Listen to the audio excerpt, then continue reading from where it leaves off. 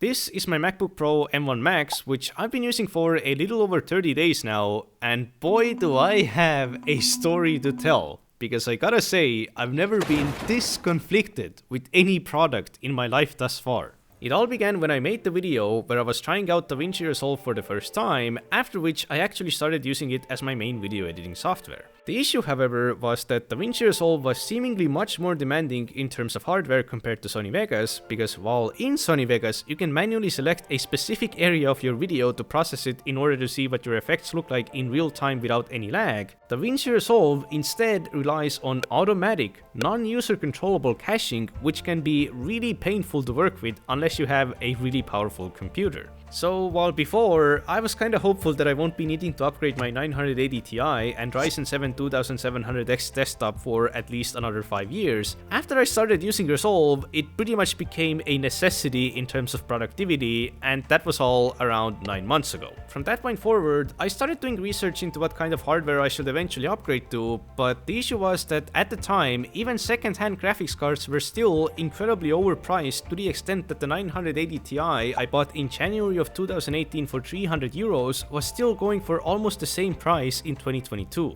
On top of that, the 3000 series cards had already been out for nearly 2 years, yet they were still way above the MSRP, and there was pretty much no indication of the speculative 4000 series cards releasing anytime soon. However, there was something else that caught my attention as well. I watched a Seto Koji video where he bought a new MacBook that ended up being more powerful than his $15,000 plus Mac Pro, and despite also having a Ryzen 9 plus 3090 Ti Windows desktop, he ended up using the MacBook as his main video editing device. And the craziest part for me was that on top of all that, he was also able to connect all his peripherals, including monitors, audio interfaces, microphones, and so on, to the MacBook with just one cable, which also charges it at the same time. This honestly seemed like a complete dream setup to me, as recently I had been moving between multiple locations and I was always carrying my desktop and monitors with me, which was incredibly annoying, especially since I had to redo the cabling every single time as well. Meaning that this single cable desktop replacement laptop setup truly did sound like a dream to me. However, I sort of ignored it at the time since it's a MacBook, meaning that it probably won't have the best price to performance, and it's also running macOS, so this setup will most likely never be an option for me. But then a few months went by and I saw some more reviews and performance comparisons of the MacBook, and I was honestly really impressed. The thing is that these 2021 MacBooks are nothing like the old ones. Instead of using an x86 Intel-based CPU, it's now using Apple Silicon running ARM architecture, which is essentially very similar to how smartphones work.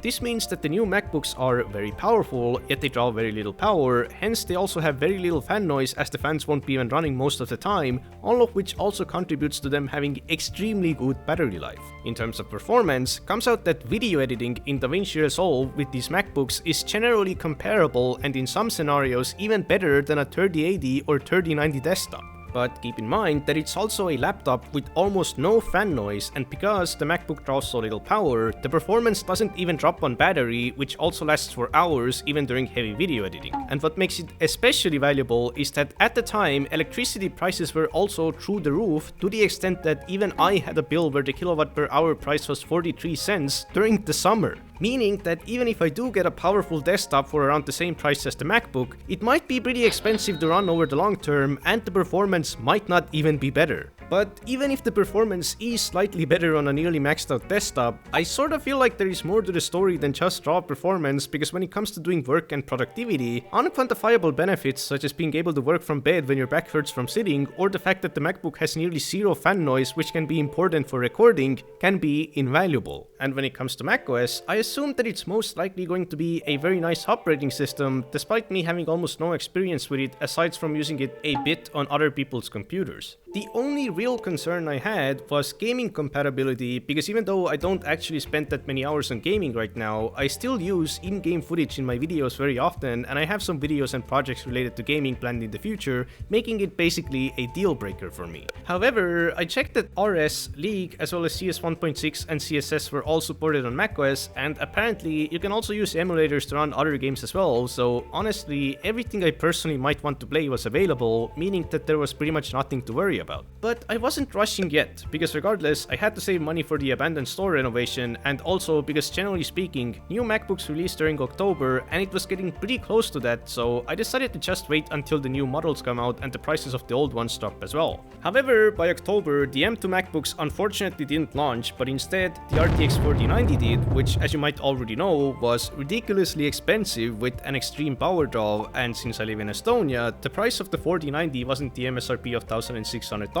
but instead 2,300 euros even a month or two after the release, so obviously I wasn't going to buy that. Eventually, 2023 rolled around, and even a few weeks into January, the release of the M2 Max was still nowhere to be found. Even the rather unreliable rumors and speculations also indicated that the M2 release will most likely be in either late spring or possibly even Q4 of 2023. At this point, I had already been waiting for over half a year, meaning that another potential 10-month wait was just not going to be worth it, as I wanted better video editing performance right now. So when I suddenly saw a second-hand MacBook Pro M1 Max, which was barely used to the extent that it was indistinguishable from a brand new one, up for sale for 2,500 euros, which keep in mind was pretty much the same price as just a 4090 at the time, I felt like now's the time, good as ever, to just bite the bullet and make the investment, especially since I had finally moved into the abandoned store as well. So, after waiting and doing research for over half a year, on the 16th of January 2023, I bought myself a second-hand 16-inch MacBook Pro M1 Max with 32 gigs of RAM and a 1TB SSD, and literally on the very next day, on 17th of January, Apple unveils the M2 MacBooks. Why? To make matters even worse, they weren't even significantly more expensive than the currently available second-hand M1 MacBooks. But luckily for me, I live in a country where everyone has just way too much money, so to make it a bit more fair, the prices are always going to be significantly above the MSRP, meaning that a new M2 Max wasn't going to cost around 3,300 euros, but instead, here they started from 4,300. So essentially, I would have never bought the M2 Max anyway, and the prices of the M1 MacBooks didn't really significantly drop right after regardless. In fact, as I'm making this video right now, it's been almost 2 months since I bought the MacBook, and to this day, I haven't seen a single second-hand M1 Max being sold here for as low as I got it for. So despite the ridiculous timing, in the end there wasn't really anything to worry about after all. Anyway, as the seller didn't have the original box at hand, I had to travel all the way to a different city just to get the laptop safely, and when I finally arrived home, it was time to try out my brand new second-hand MacBook Pro for the very first time. In terms of the build quality, it's really nice and solid. I literally have nothing to complain about, and I'm really picky. It genuinely does feel like something that's going to last forever though, because it's just on a completely different level to any laptop I've ever used, as everything is just top notch and doesn't cut any corners. Speaking of notches and corners, I also really like the design, as thus far this generation feels like the most timeless design Apple has put out, as unlike the previous generations which had a slight mount design, the new chassis is instead completely flat with slightly cornered edges, meaning that it essentially just feels like a solid slab of metal, and such primitive elements will always look nice. And when it comes to the notch, yeah, it is one of those things that might make the MacBook look antiquated in the future, but honestly, I really don't mind the notch that much, especially since in reality, it doesn't really get in the way of anything due to the aspect ratio. When it comes to the keyboard, however, this one has the Swedish layout, which is a bit unfortunate for me because I much prefer the ANSI layout that pretty much every keyboard that I own has. And because I'm daily driving a Topra keyboard, the MacBook's keyboard of course doesn't feel anywhere near as tactile, and it obviously also has very low key travel due to how low profile it is, but it's still a pretty nice keyboard overall, and I do enjoy typing on it. However, I just wish it was slightly more tactile, which would make it so much more satisfying. I'm also a bit concerned about keycap shine, which seems to happen quite fast with these MacBooks, as the keycaps are presumably made out of ABS plastic, but there's not much to do about that, as PBT isn't really suitable for such low profile moldings. But anyway, when I turned on the MacBook for the very first time, came out that the previous owner had accidentally left some of their stuff such as Adobe Creative Cloud, iMessage, and Chrome Password Manager still logged in, so the first thing I did was just factory reset the MacBook just in case, and I gotta say that the reinstallation process was a lot less infuriating compared to Windows, which is pretty nice. And now is where the fun begins, because it was time for my first proper experience with macOS, and oh boy, what an experience it was. I took so many notes every single day about things I encountered during this journey that I'm already aware that it's not going to be possible to cover all of them, but anyway, let's get started.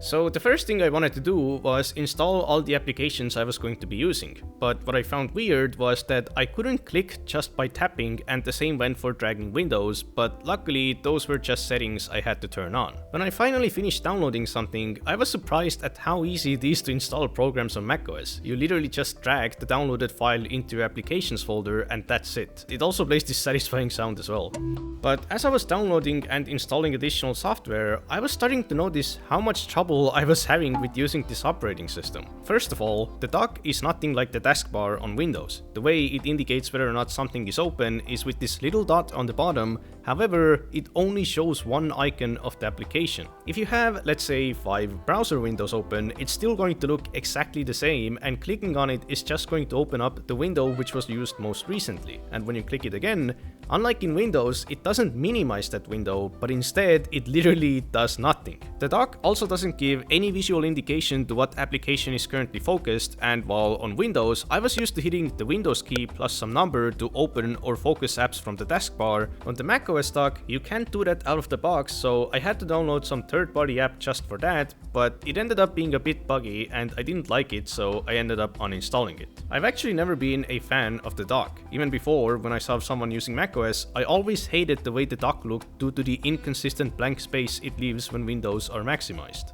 But regardless, I was pretty aware of the fact that I might try using macOS as if it were Windows, so I tried keeping an open mind and I kept on diligently learning. However, then I also realized that macOS has no window snapping, and this is something I found really weird because I don't think it's such a Windows-specific feature, as literally every floating window-based Linux desktop environment I've used also has this feature. What makes it even weirder is the fact that macOS actually has a similar feature. If you hover the screen full screen button for a bit, it then lets you choose to toggle a window to either side. However, doing so will also full screen the application, and there are no keyboard shortcuts to achieve this, meaning that for myself personally, this feature is just too slow and impractical to the extent that I'll probably never use it. I also discovered that Alt tabbing, or rather Command tabbing on macOS is once again nothing like on Windows. It's pretty much the same as the dock, meaning that it only shows you one icon per application, so if you have multiple windows of said application open, you still can't choose between them or get a proper overview. So clearly, the workflow on macOS is designed to be completely different. I found out that most people suggested using a shortcut key to switch between open windows of the same application, as well as using the mission control feature, which is fancy, but it's designed to be only used with a mouse, so personally, all of those options just felt like a huge downgrade in terms of productivity and speed compared to what I had been used to on Windows or even Linux. And it was honestly a bit shocking, as I had heard the statement that people quote-unquote feel more productive on macOS, so I decided to Google why is that the case, but ironically, I came across multiple threads where people just flat out said that window management just isn't a strong point of macOS compared to Windows, and honestly, I just felt really sad over this. Another thing I started noticing is that when I switch between windows with a mouse, I have to click on the window before it starts properly registering mouse events within the application. So for example, if I'm making an Anki card and want to copy text from a browser, I first have to click on the browser and only then I can select the text. Or for example, if I want to pause a YouTube video, I also have to click on the YouTube window before macOS starts sending mouse events to it, and only then I can hover the video or click to pause. And this has got to be one of the most infuriating things I've encountered from any operating system, as it literally creates potentially thousands of unnecessary extra clicks you have to make throughout the day, all of which slow you down and build up fatigue. I assume that it's something to do with macOS having this document-based paradigm where apps stay open even if you close all of their windows, so you're still able to access their drop-down menus, which are always on top of the screen in the macOS menu bar. So I can imagine that if hovering apps would automatically change focus, the menu bar could be unreachable in some scenarios, as the active menus are based on whichever application is currently focused. However, there is no need to change focus just by hovering. Unfocused apps should just register mouse events as well, instead of needing to be focused first. I'd say that it's probably some technical limitation from some ancient relic in the macOS code, but some apps actually do register inputs fine without needing to be focused first, but those apps are the minority. Also, when I full screened a window, for whatever reason, it made my secondary monitors go completely black. Luckily, it was just a setting which made every display have the same space, aka the same virtual desktop in Windows terms, but the thing I really hate about the way full screen works on macOS is that instead of overlaying the full screen window on top of everything, it creates a completely new space, which I'll talk about why I find annoying later in the video,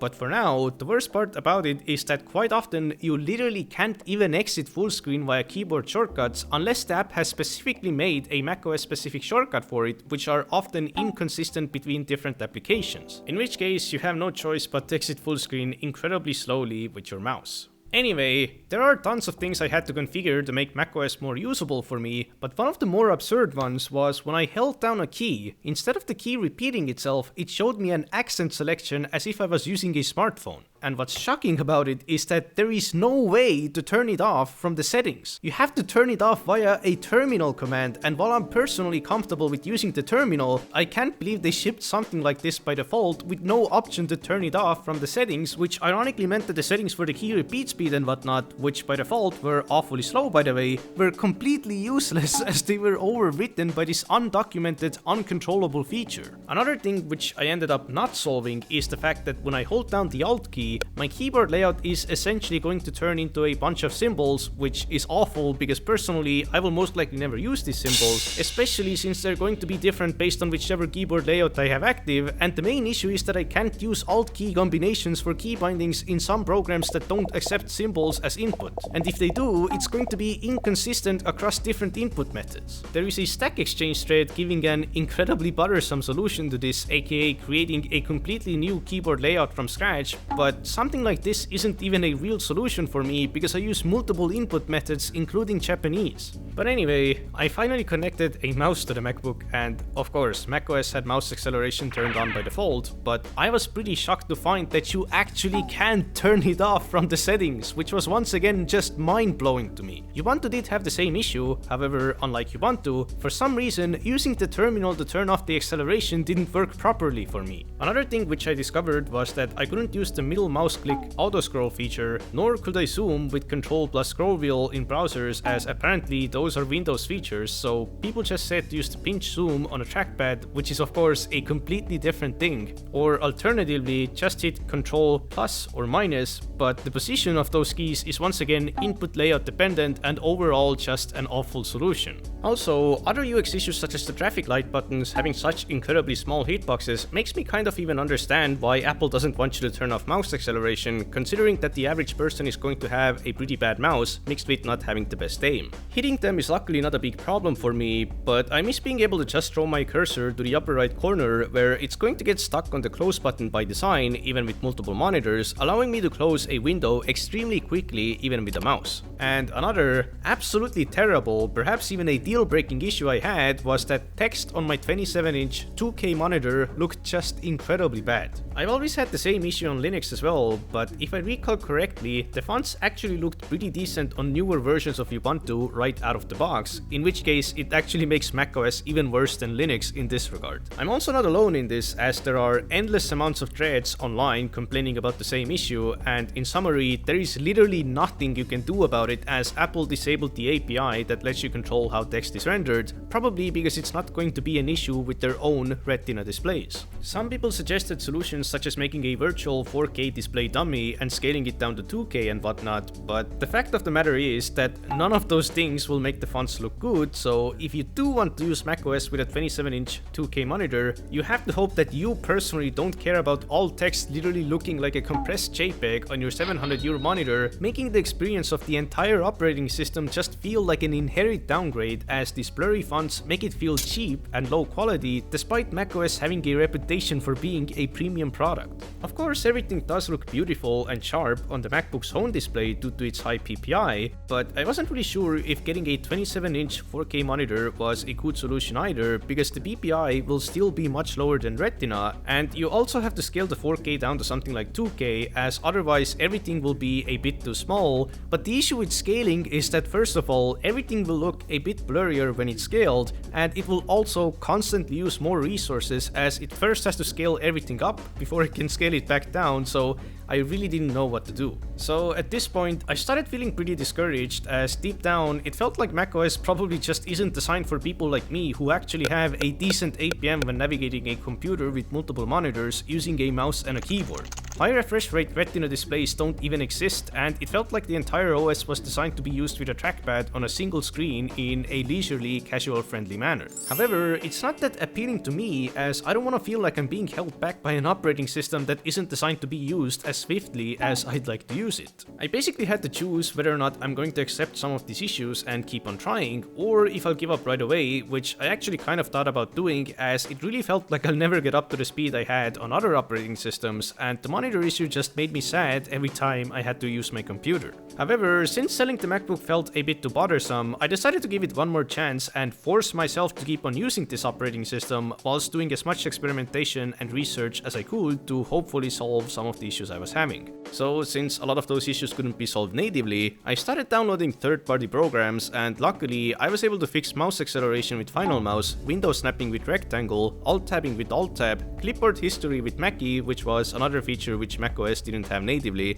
and came out that I was even able to enable autoscroll and the scroll wheel zooming features on Firefox from the configuration, and on Chrome I got them with browser extensions. However, for some programs like Anki, zooming didn't even work with the keyboard, so I set up a custom keyboard shortcut natively through macOS that presses a menu button within Anki, which is actually a pretty cool feature. I actually had a bunch of other issues as well that I didn't previously mention, such as for some reason context menus and dropdowns kept occasionally acting weird to the extent that I thought they were buggy or something, but came out that on macOS, if you move your mouse too fast during the context menu pop-up animation, it's just going to make the menu disappear. And also, if you never let go of right-click, it's just going to select whichever menu item you have currently hovered. There are tons of small behavioral differences like this that you just have to get used to, which was especially the case for the fact that key combinations for selecting or jumping between whole words or lines of text was quite different on macOS compared to Windows, which was really painful to get used to at first, but in the end, I successfully got used to it to the extent that I actually sort of prefer the way it works on macOS compared to Windows, which relied on the Control, Home, and End keys instead of just on Command and Alt like macOS. So, as I got more used to the operating system, combined with the previously mentioned improvements, my macOS experience had already improved drastically. However, I was still stuck with the blurry text issue, and one of the things I could just not solve was the fact that I still found the dock to be very impractical. I did try third-party programs such as uBar and dock-alt-tab, but they were all still pretty buggy and lacking features to the extent that I just went back to the vanilla dock after all. But the vanilla dock is terrible for multiple reasons, some of which I already mentioned before, but also stuff like dragging and dropping files between programs using the dock being so bad and slow that it sort of feels like it's not even a feature at all. As well as the dock teleporting to different monitors when you happen to accidentally leave your mouse on the bottom of the screen, and since I hate the gaps it leaves when I maximize a window, when you put the dock to automatically hide itself, the revealing is just so goddamn slow that it once again felt like the operating system was just designed to be used slowly. So while my experience had indeed improved significantly, it unfortunately still felt like quite a downgrade overall, especially since so far I've mostly just been talking about window management and the general user experience, but that's just one side of the story. One of the things I wanted to try out of curiosity already on day one was gaming, so just like with the Linux challenge, as the first game I wanted to try out Counter-Strike Source, which is compatible with macOS, and it's also almost a 20-year-old game, so performance-wise, most hardware should be able to run it no problem, and the same went for CS 1.6. However, came out that it's a 32-bit application, and apparently newer versions of macOS don't support 32-bit anymore, which I had no clue about, meaning that it's not possible to run CSS, 1.6, nor a bunch of other games that otherwise should have natively worked on macOS. Steam suggested using Boot Camp to dual boot Windows on a Mac, but that's unfortunately not possible with these ARM-based MacBooks, so the only other choice I had was to use Windows emulators such as Parallels or Crossover. So I tried out the free trial of Parallels, and sure enough, CSS and 1.6 actually ran perfectly with proper FPS, and while in games like Skyrim, the FPS wasn't perfect all the time, it was still completely playable.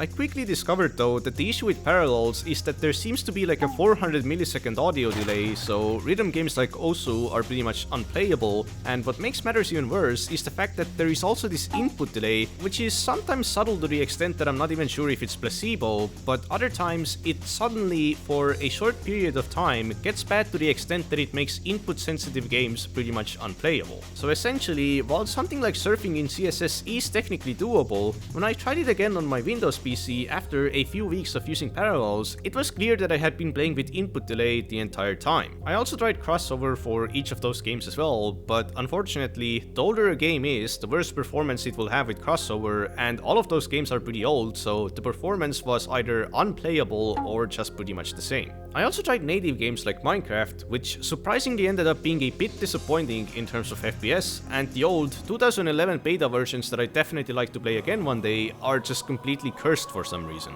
But I think there are multiple methods for drastically improving Minecraft FPS on the M1 chips by using different launchers or something, so perhaps with those methods it's not that bad. Another native game I tried was League of Legends, which at first actually didn't run that well, but after a bit of research, came out that there is a hidden setting called Metal Beta Test that you can enable by editing the game config files, which gave a massive FPS boost to the extent that it heavily outperformed my Windows desktop as well. But League on macOS had a bunch of other issues as well, such as when you change resolution or go from windowed mode to full screen, the entire game is just going to be black screened even without the previously mentioned hidden setting. But with some coincidental stroke of luck, Riot happened to fix the black screen issue literally like the next week, so League of Legends is unfortunately completely playable on macOS. Though I do have to say that when I tried playing on Windows again, it was once again clear that macOS, perhaps due to the Metal Beta Test setting, had some kind of an input delay as well as screen tearing, so despite the FPS being much higher, most of the time it was still a worse experience overall. And also, the last thing I want to say about macOS gaming is the fact that because of things like easy anti-cheat, it's impossible to run games such as VR chat even with emulators, meaning that if I ever want to make another VR chat segment in my videos, or well, if I want to do any other gaming related projects in the future, or just have a proper gaming experience at all, I'll have no choice but to keep my Windows desktop as well, and this whole ordeal actually bothered me much more than I expected. It's not even so much to do with gaming itself, but for my entire life, I've been used to being able to do everything on a computer as long as it's powerful enough and supports OpenGL, I guess. However, with this ARM-based MacBook, while I was aware that it obviously wasn't going to be a gaming computer, I expected to at least have a decent experience in all the macOS compatible games, but I had no clue about the support for 32-bit applications being dropped, and it suddenly just felt like I'm not even using a real computer anymore. It kind of just felt like an advanced iPad that I could do most of my work on. However, when it came to that work, at least in terms of video editing performance, this MacBook is definitely way better than my semi-budget Windows desktop with an 8-year-old GPU. While editing on the MacBook is not a completely lag-free experience, it's still really good to the extent that additional performance will definitely start hitting diminishing returns in terms of productivity, at which point other factors might start playing a bigger role, such as it being a laptop that I can edit videos with pretty much anywhere, even on battery power for hours with the same performance. Not to once again mention that it truly does have nearly zero fan noise and power draw as well. DaVinci Resolve actually seems to run a bit more stable on macOS as well, as it has only crashed on me a few times, and overall, I think macOS is the most stable operating system I've ever used, which can save quite a lot of time as well. Or at least all of that was what I tried convincing myself of, but deep down, when I did effect-heavy video editing, I was kind of disappointed because I still really wished I had more performance, at least in those scenarios. What made it even worse was the fact that now I knew that if I wanted to keep the MacBook, I'll also need to keep my desktop, which I wasn't a big fan of since it meant that I needed 2 computers instead of 1. On top of that, the desktop probably also has a resale value of around 700 euros right now, so if you put all the prices together, including things such as the Thunderbolt hub I painfully waited a week for, the total price is no longer the original 2,500 euros just for the MacBook, but more like 3,500 in total, which is pretty much the same price as a brand new 4090 desktop build with a top-of-the-line CPU as well. So at this point, I started getting truly conflicted. On one side, I began to really like the MacBook, as not only is it just an amazingly well-built device that I can take with me pretty much anywhere, and the features that I thought I would never even care about, such as the speakers, ended up being so impossibly good that I actually use them daily and would be kind of sad if I was no longer able to. But on the other side, the desktop environment felt like a downgrade, gaming was completely crippled, video editing performance, while definitely really good, still left me wanting, and the price of the entire setup ended up being even more expensive than a 4090 build. And of course, the blurry text was still a constant issue even weeks later, and even if a 4K monitor could have saved me in this scenario, which I wasn't sure if it could, it would have been another 600 or so euros that I'd have to spend on something I otherwise wouldn't even want. Needless to say, I was conflicted to the point where I started leaning towards selling the MacBook and perhaps just building a new desktop, but at the same time, I actually felt that I do need a laptop because this year I might move abroad, in which case I felt like having a laptop I can do work on is going to be a necessity.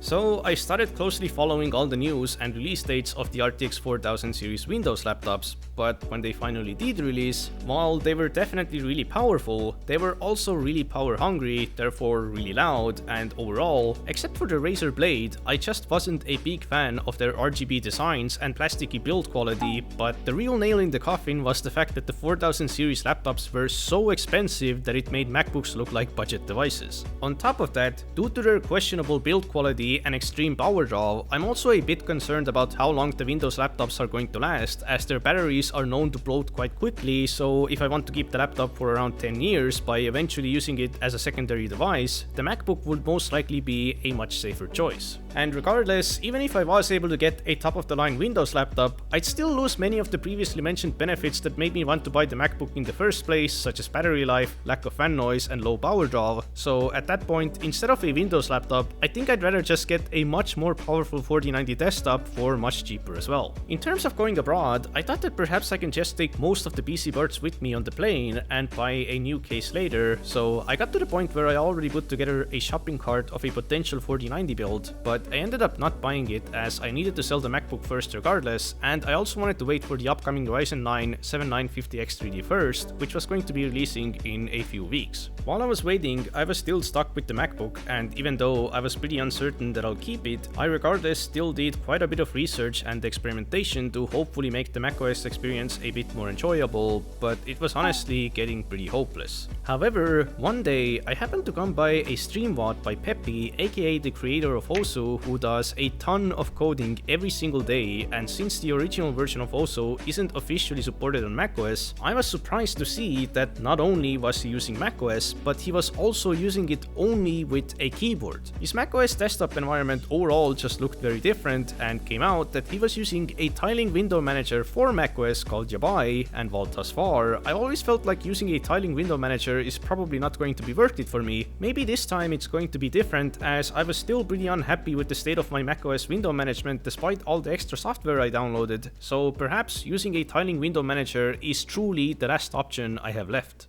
So, very long story short, I installed it, configured it, and learned it over multiple weeks of trial and error, and eventually my macOS workflow had indeed become pretty yabai.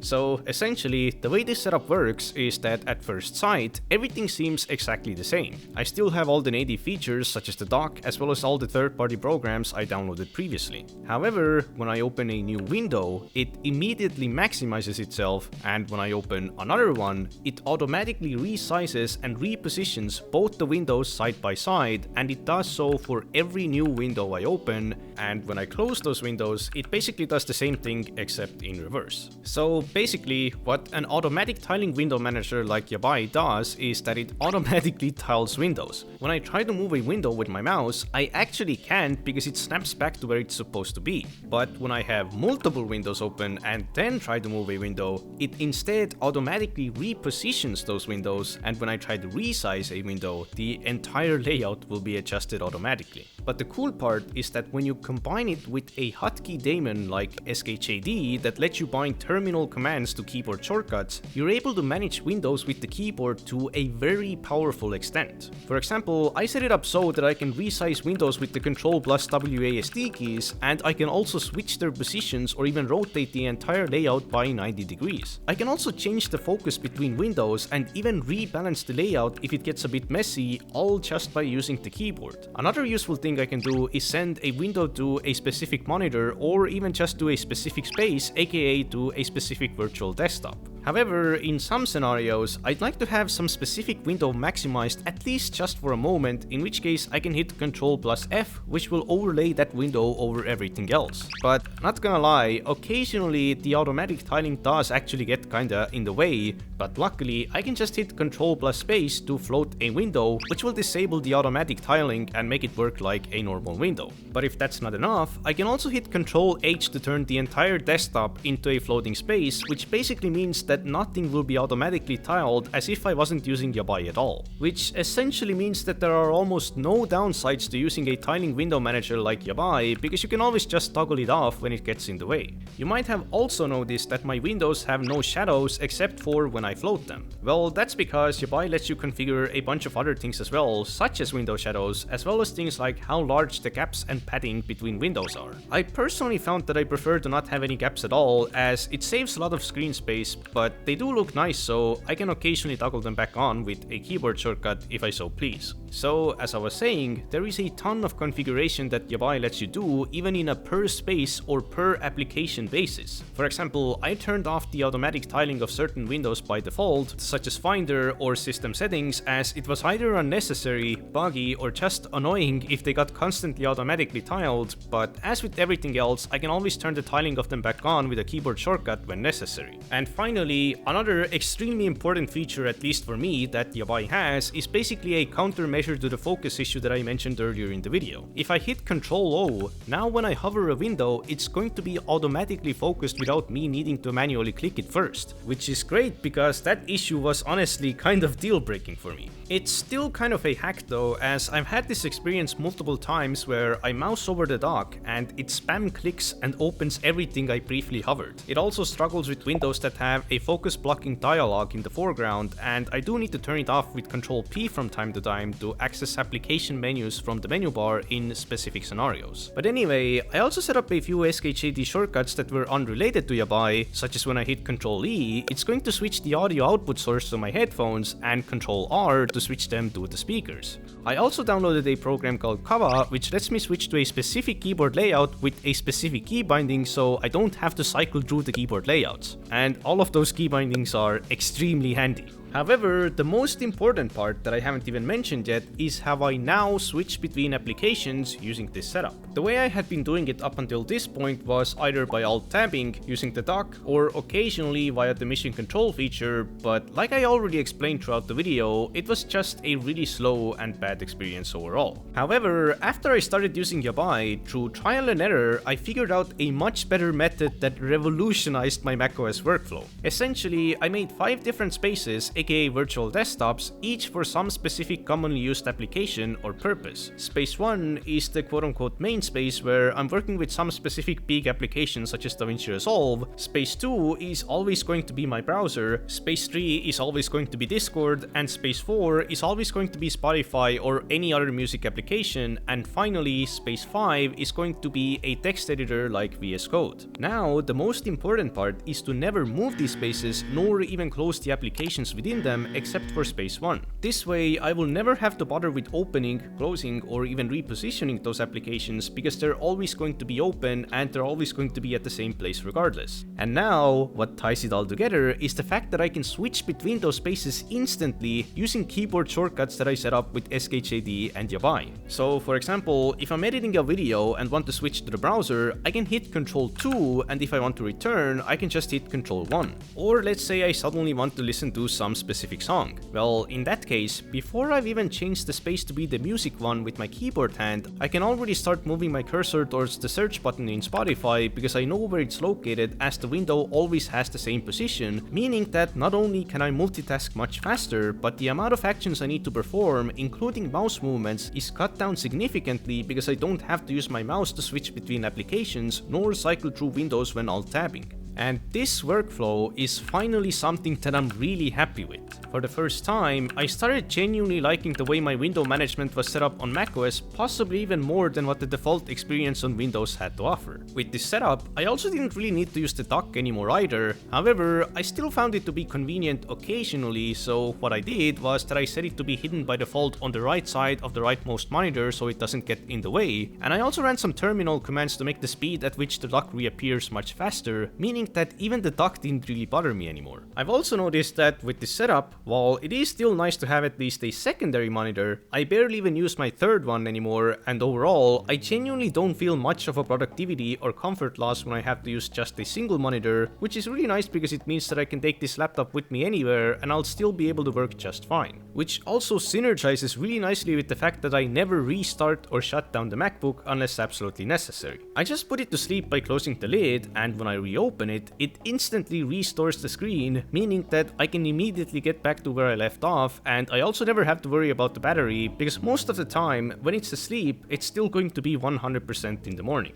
Also, most of the time, I actually have more than 5 spaces open to keep things like Anki and my sentence running Chrome tabs running as well, but since I only use them a few times a day, I don't really need a fixed permanent space for them, and when I actually do use them, that's the only time I do move spaces around to make it a bit more convenient. The workflow with this setup is honestly so nice that I finally decided to see if I can fix the blurry font issue by buying a 4K 27-inch monitor, and what do you know, the fonts looked completely fine with that kind of PPI. So essentially that issue was now solved as well. However, it definitely was an additional purchase that otherwise I wouldn't have made at all, especially because personally, if I were still using Windows, I'd much rather buy a 2K 280Hz monitor than a 4K 144Hz one. I even wish that the 120Hz on the MacBook's home display was a bit higher, as I can easily tell the difference between the 144Hz of this monitor and the 165Hz of my previous monitor. But anyway, now that I was becoming quite happy with my macOS window management and had finally applied an expensive band-aid on the font issue,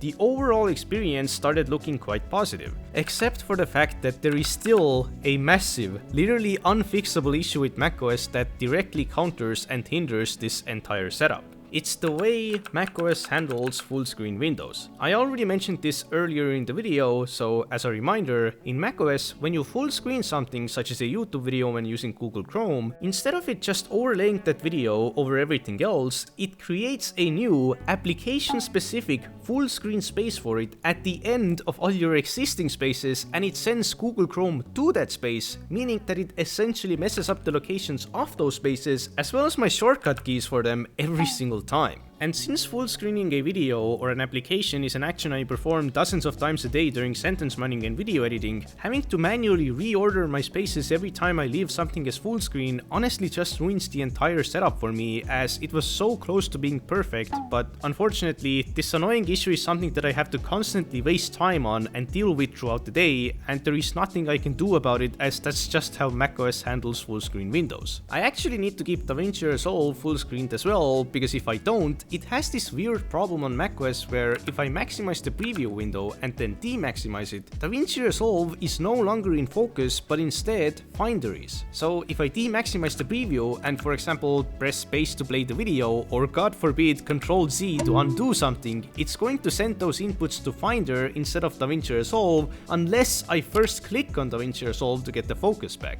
So while you can bypass this issue by keeping DaVinci Resolve full screened, it has side effects such as you no longer being able to overlay anything over DaVinci Resolve, meaning that sometimes I do need to toggle it, in which case I need to deal with the macOS Fullscreen issue as well. Anyway, I also had this other really bad issue where the Eyedropper tool in any application was for some reason always picking the wrong colors. Came out that it also picked different colors on each display, and eventually I luckily was able to fix it by setting my monitors to have sRGB color profiles, which was kind of an unintuitive fix for me because I always thought that the OS renders colors as an RGB bitmap regardless of displays, in which case the color picker should never pick wrong values, but it might actually not work that way, which is actually pretty interesting. I was wondering why I've never ran into this issue on Windows, but comes out that on Windows all monitors default to sRGB, which made me wonder if I can replicate the same issue on Windows by changing the color profile of my monitors to something else, but the color picker on Windows worked fine even then. Anyway, there are plenty of other issues I have on macOS as well, some of which I managed to solve, such as when I tried right-clicking on the trackpad with the 2-finger tap gesture, it had a half a second delay by default, which luckily I was able to fix by disabling this setting, but unfortunately the list of annoyances goes on and on.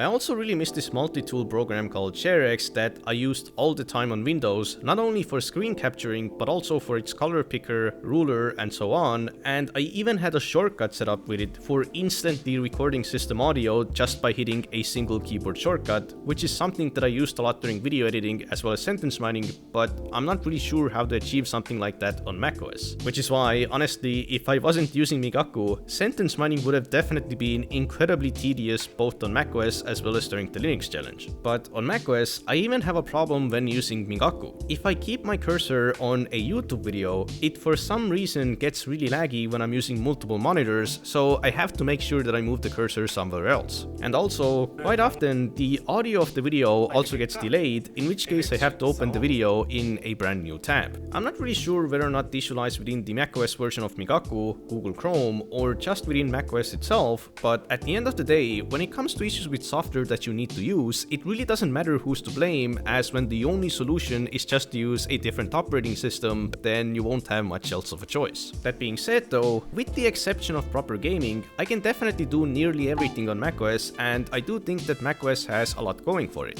For example, the default applications on macOS are quite a bit better compared to the ones on Windows 10, except for the calculator. I really don't know how it's so bad considering the history Apple has with their calculators. Besides applications though, other features such as the quick preview are also definitely very handy, but my personal favorite has to be the fact that you can remove a background from an image instantly just by right-clicking on it, as well as convert images to different formats, and the default media players even have built-in OCR, so you can select text from video and images, which can be really helpful when learning Japanese. However, one of the biggest benefits of macOS is most likely the feature called AirDrop. It lets you very easily wirelessly transfer files, including images and videos, from your phone to the MacBook, but I am unfortunately unable to use it as I don't have an iPhone and it's only compatible with iPhones, and so are a bunch of other features which macOS has. So if I were to keep the MacBook, my next phone would most likely be an iPhone just for that feature alone, as I do record all of my videos on my phone, meaning that that feature would be incredibly useful for me. So with all of those things considered, what are my final thoughts on macOS after having used it for nearly 3 months, during which I put in a lot of effort into personalizing macOS to make using it as enjoyable as possible?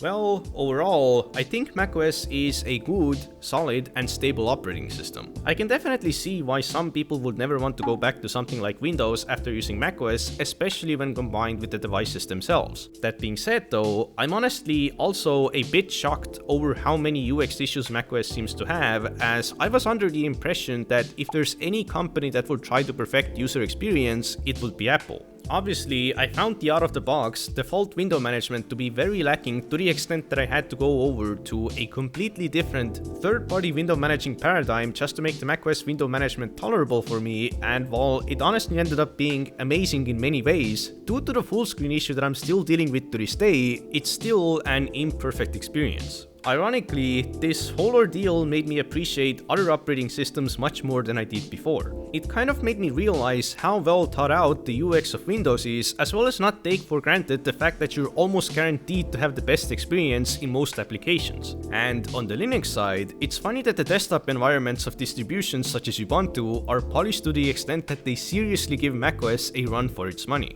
It actually made me really want to try daily driving Linux again, especially now that I'd like to experiment with a tiling window manager on Linux as well, but unfortunately, the state of DaVinci Resolve on Linux is the main reason why I am unable to daily drive it, but regardless, if I keep this MacBook as my main machine, the only realistic choice I have is just to keep on using macOS. That's also one of the reasons why I personally feel like I would not buy a desktop-based Mac. The reason I put up with this whole ordeal for so long is just because I think the MacBook itself is just an amazing laptop. I definitely still jump between wanting to sell the MacBook for a 4090 build almost daily, but the reason I haven't done it yet is just because I feel like I might have more to lose than I have to gain. The convenience of being able to do work, and especially activities such as sentence mining from bed or even outside, is a quality of life improvement to the extent that I don't know whether or not I can ever go back to doing absolutely everything on a stationary desktop. I was even able to get someone with an RTX 4080 to try out a video editing benchmark I made, and while the 4080 build was definitely more powerful than the MacBook,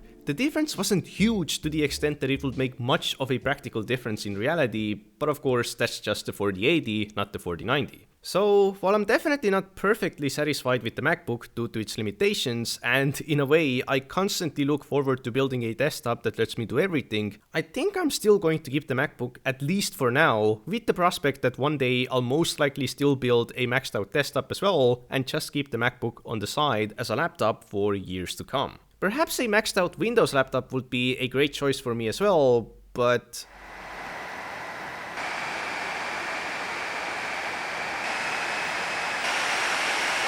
maybe not.